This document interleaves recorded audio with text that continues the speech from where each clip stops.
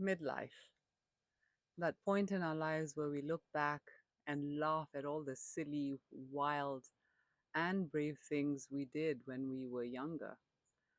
And we did it all without social media. No filters, no highlight reels, just real life. And guess what? We survived.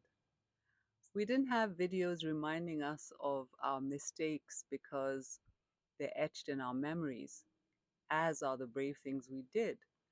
But somewhere between then and now, technology has evolved so much and it's changed the way we see ourselves. We're surrounded by perfect images, constant comparisons, and endless noise telling us how we should look, feel, and age. Without even realizing it, we start measuring our worth against people we don't even know. We look at photos of women who seem to have it all together and think, what happened to me? But here's the truth, nothing happened to you. You've grown, you've evolved. Age isn't a factor, it's a privilege. And in this video, we're going to talk about how to embrace this stage of life without comparison, without judgment, and with a renewed sense of power. Midlife isn't about losing who you were, it's about remembering who you've become. The lines on your face, the softness around your belly, the moments of fatigue, they're not proof that you're fading, they're evidence that you've lived.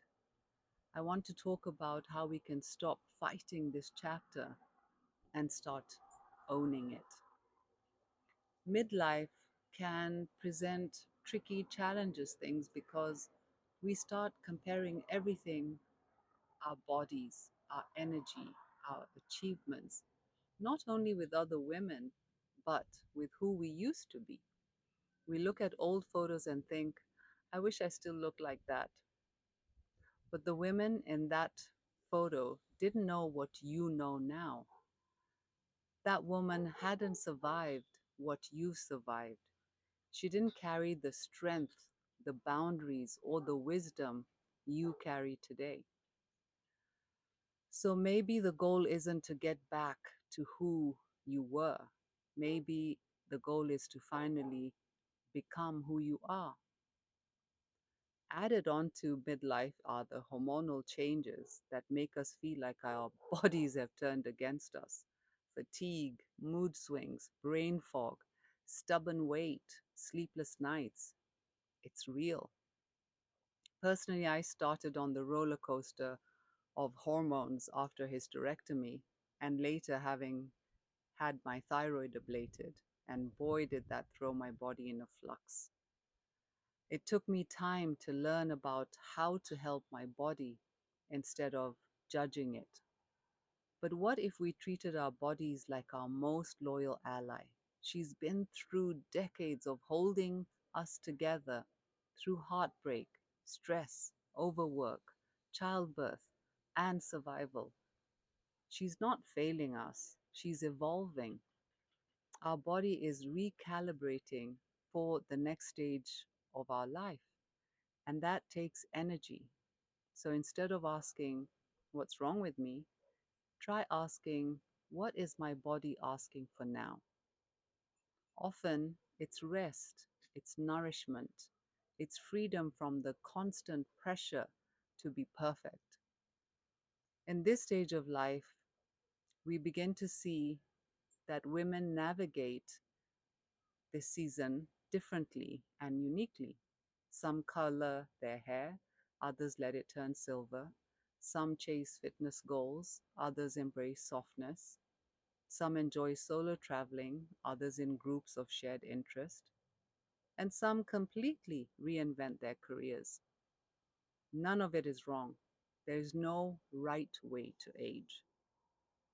We need to stop judging other women for how they choose to live and stop judging ourselves for what feels right for us.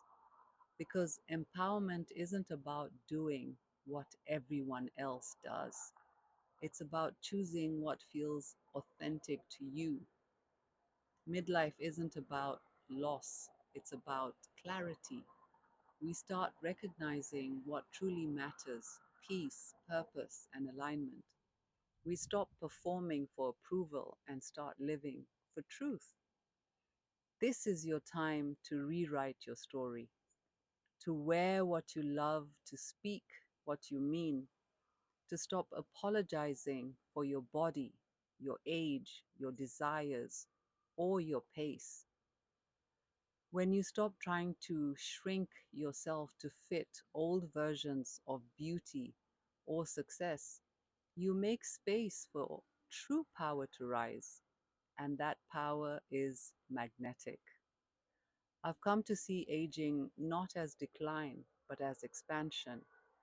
Every year adds depth, not distance from youth. We spend so much time trying to look younger that we've forgotten how beautiful becoming older can be.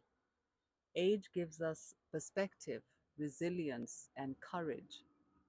Things we used to chase, now we embody. That's a privilege. That is grace.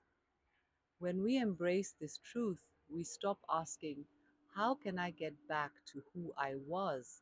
And instead ask, who am I becoming next? Here are a few things that can help you reconnect with your power during this transition. Move your body because it feels good, not because you're punishing it. Dance, walk, stretch, practice yoga, whatever brings you joy. Eat to nourish, not to control. Focus on foods that energize, hydrate, and support your hormones. Look for experts to guide you on what supplements can support your health. Again, that's not medical advice. Sleep and rest like it's sacred because it's your body and it'll restore itself when you honor stillness. Surround yourself with women who lift you up, not compare or compete. Speak kindly to yourself. Your thoughts shape your experience of this season. These aren't rules, they're reminders that you're allowed to care for yourself without guilt. The next time you notice another fine line, a moment of forgetfulness, or a softer curve, remember it's not a flaw, it's a chapter of a life fully lived.